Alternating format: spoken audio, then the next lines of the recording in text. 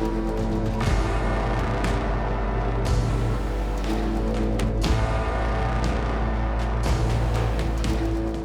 ने बांग्लादेश को दी जाने वाली ट्रांसशिपमेंट सुविधा को रोककर सबसे बड़ा झटका बांग्लादेश को दिया है। पूरी दुनिया में भारत के इस फैसले की चर्चा हो रही है, लेकिन कोई इस बात पर नजर नहीं डाल रहा कि बांग्लादेश ने भारत को क्या दिया है। हर जगह बस ट्रांसशिपमेंट सुविधा के रोके जाने की खबर है। ऐसा ही एक सवाल भारतीय विदेश मंत्रालय से पूछा गया, जिसके जवाब में भारत ने जवाब दिया और बांग्लादेश द्वारा उठाए गए फैसलों का भी जिक्र किया। हर कोई कह रहा है कि भारत ने ट्रांसशिपमेंट सुविधा को वापस लेकर बांग्लादेश को झटका दिया है, लेकिन सबसे बड़ा सवाल कि बांग्लादेश ने क्या किया। बांग्लादेश ने भी भारत को सड़क मार्ग से आने वाली सुविधा को रोक दिया।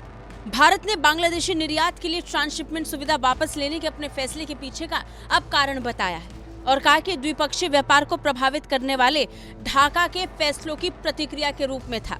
बता दें, सबसे पहले बांग्लादेश ने भारत आने वाले यान पर प्रतिबंध लगाया। ये बात सब जानते हैं कि किस तरीके से बांग्लादेश ने यान आयात को बंद किया।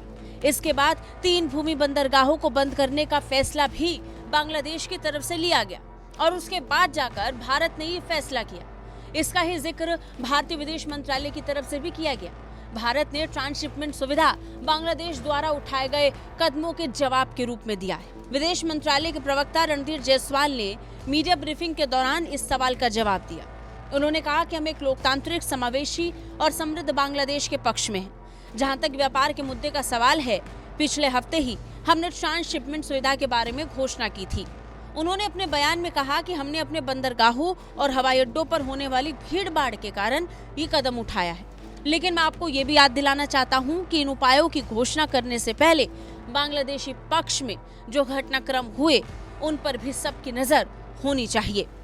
भारत ने बांग्लादेश से तीसरे देशों में माल की ट्रांसशिपमेंट की अनुमति को रोक दिया था, जिसके बाद ढाका को तगड़ा झटका लगा।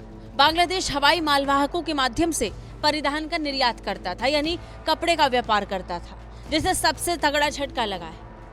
इसके बाद पूरी दुनिया में इसका जिक्र आया कि भारत किस तरीके से बांग्लादेश के खिलाफ कठोर कार्रवाई कर रहा है, लेकिन सबने इस बात पर आंख बंद कर ली कि कैसे बांग्लादेश ने यान के निर्यात पर प्रतिबंध लगाया और इसके साथ ही 2 बंदरगाहों को बंद करने की धमकी भी बांग्लादेश की अंतरिम सरकार की तरफ से जारी की गई। नतीजन भारत को ऐसा कठोर फैसला करना पड़ा। भारत ये स्पष्ट तौर पर कह चुका है कि अगर कोई भी देश किसी भी तरीके से भारत के हितों के लिए खतरा पैदा करेंगे तो उसके अनुसार उसे जवाब के लिए भी तैयार रहना होगा। बता दें, इन दिनों बांग्लादेश और भारत के बीच व्यापारिक तनाव और बढ़ चुका है।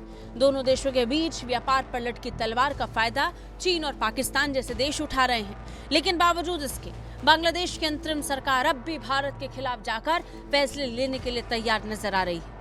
नतीजन भारत अभी केवल बातचीत के जरिए से मामलों को सुलझाने में लगा हुआ है, लेकिन अगर बांग्लादेश नहीं माना तो उसका जवाब भी भारत देना जानता है। ये पहले ही भारत साफ कर चुका है। ब्यूरो रिपोर्ट, भारत तक।